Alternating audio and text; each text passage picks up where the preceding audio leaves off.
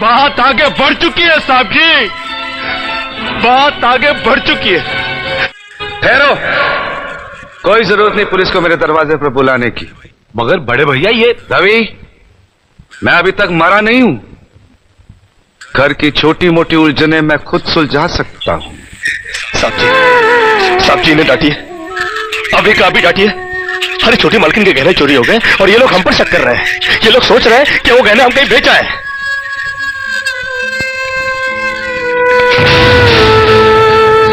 बाकी के रुपए कहां हैं कृष्णा? क्या क्या पूछा आपने साहब जी? मैं पूछ रहा हूं कि बाकी के रुपए कहां हैं? ये आप पूछ रहे हैं साहब जी अपने कृष्णा से? देखो कृष्णा, गलती हर इंसान से होती है।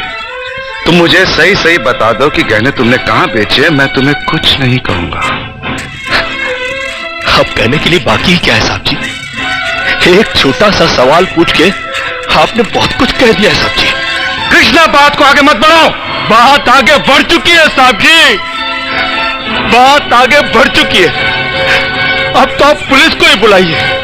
वो जब हमें कुत्ते की तरह मार मार के हमसे पूछेगी ना, अब तो हम तभी बताएंगे कि हम कहने कहां बेच कर आए साहब जी। मत कहो मुझे साहब जी। इसी साहब जी की इज्जत आज तुमने मिट्टी में मिला दी।